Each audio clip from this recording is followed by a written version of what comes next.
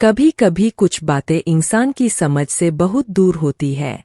ऐसी ही बिल्कुल समझ से बाहर थी रानी चित्रा।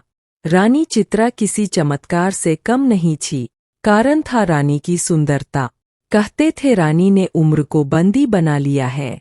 रानी 100 वर्ष की हो गई थी लेकिन अभी भी 25 वर्ष की भांति जवान और खूबसूरत थी। विश्वास के परे था, इसलिए तो लोग चमत्कार कहते थे। रानी एक विशाल साम्राज्य की रानी थी।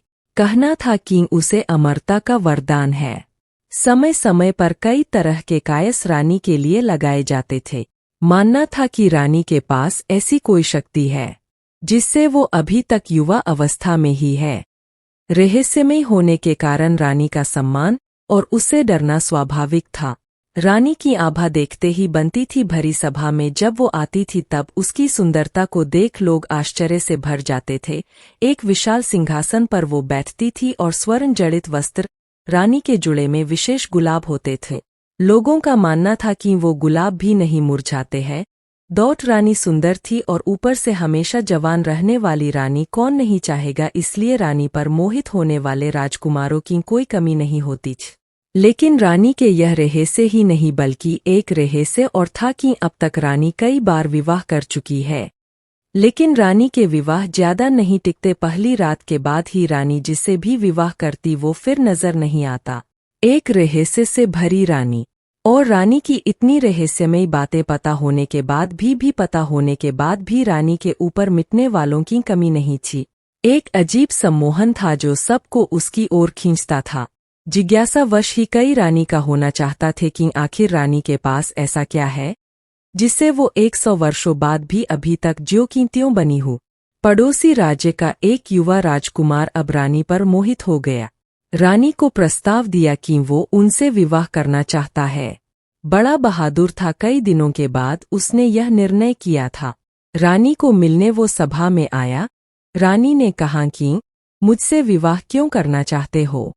राजकुमार ने बोला, न करने की एक वजह आप बता दीजिए। हमेशा युवा और इतना रहस्य, इसे मैं अपनाना चाहता हूँ। रानी ने कहा कि क्या तुम्हें पता है, बड़ी बड़ी बातें करने वाले मर्द पहली रात ही राजमहल छोड़कर भाग जाते हैं। राजकुमार बोला कि वो भागने वालों में से नहीं है। रानी बोली, हमने यह दावे पहले भी सुने हैं, लेकिन जिस आश्चर्य को देखने वो आते हैं उसे देखने के बाद किसी को दिखाई नहीं देते हैं। कई दिनों तक रानी ने उसे समझाने की कोशिश की लेकिन राजकुमार अड़िग रहा। रानी ने कहा कि हमने तुम्हें बहुत समझा दिया, अब तुम्हारे साथ जो भी होगा उसके लिए तुम स्वयं जिम्मेदार होंगे। रानी का विवाह एक बार फिर होना तय हुआ। राज्य में फिर से चर्चा का विषय बन गया। सभी लोगों का मानना था कि पिछलों की तरह यह राजकुमार भी एक रात के बाद अदृश्य हो जाएगा। रानी के चेहरे पर एक अभिमान वाली मुस्कान थी। सारे राज्य को सजाया गया और रानी का विवाह उस राजकुमार के साथ संपन्न हुआ। बस अब था उस रात का समय जिस रात में कई रहस्य है। जिस रात के बाद रानी के कोई राजकुमार फिर दिखाई नहीं देता था। रानी और राजकुमार की सुहागरात के लिए रानी का कक्ष विशेष रूप से सजाया गया। राजकुमार रानी के कक्ष में आया। उसे कुछ अजीब चीजें नजर आई। उसे कक्ष के भीतर एक पिंजरा दिखाई दिया जिसका दरवाजा खुला था। रानी बिस्तर पर बैठी थी। राजकुमार पहले से ही सतर्क था। उसे पता था कि रानी के कक्ष में कुछ भी हो सकता है, इसलिए उसे जागे रहना है। रानी ने कहा, क्यों इतने भयभीत क्यों हो? आज हमारी सुहागरात है। रानी खड़ी होकर राजकुमार के पास आ गई। रानी उसे पिंजरे के मुंह के पास ले आए। रानी ने अब राजकुमार की आंखों में देखना शुरू किया। राजकुमार रानी की सुंदरता पर मोहित हो गया, उसकी बड़ी बड़ी आंखों में खो गया। राजकुमार ने रानी के बाल खोलना चाहे, उसके जुड़े को हाथ लगा और उसमें लगे गुलाब के फूलों को निकालना चाहा। रानी डर गई और तुरंत ही राजकुमार का हाथ पकड़ लिया।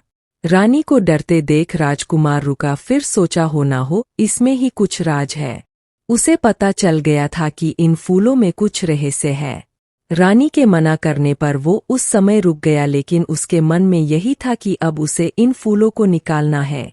राजकुमार ने रानी को थोड़ी देर सहलाया, फिर एकदम से उसके गुलाब को जुड़े से निकाल दिया। रानी जोर से चिल्लाई, कहाँ था, उसे मत छूना। एक गुलाब निकलते ही रानी कुछ वर्ष अधिक आयु की हो गई। रानी अब गुस्से से लाल हो गई। राजकुमार बोला, अच्छा तो यह है तुम्हारी आयु का रहस्य। अभी एक गुलाब निकला है, अगर पूरे गुलाब को निकाल दिया जाए तो तुम पूरी वृद्ध हो जाओगी। राजकुमार बोला, मैं तुम्हारा पति हूँ, मुझे अभी भी तुम बता सकती आखिर यह गुलाब क्या है और तुम्हें कहाँ से प्राप्त हुए है। रानी डरी और राजकुमार के पास आई, बोली कि अगर तुम मुझे यह गुलाब दे दो तो मैं तुम्हें सच बता दूंगी। राजकुमार ने गुलाब दिया और रानी ने गुलाब लेते ही राजकुमार को पिंजरे के अंदर धक्का मारा। पिंजरे में भीतर जाते ही राजकुमार एक गुलाब का फूल बन गया और रानी फिर जोर से हंसते हुए बोली, ले देख ले, तेरे जैसे कितने मैंने गुलाब बनाकर अपने जुड़े में लगा लिए और उनकी आयु भी मुझे मिलने से मैं अभी तक जवान हूँ। रानी ने पिंजरे से गुलाब उठाया और अपने जुड़े में लगा लिया। यह पिंजरा है रानी की आयु का रहस्य। रानी फिर सुबह सभा में गई और इस बार फिर राजकुमार रात के बाद दिखाई नहीं दिया, लेकिन रानी के जुड़े में एक फूल और जुड़ गया था। यह कहानी पूरी तरह से काल्पनिक है।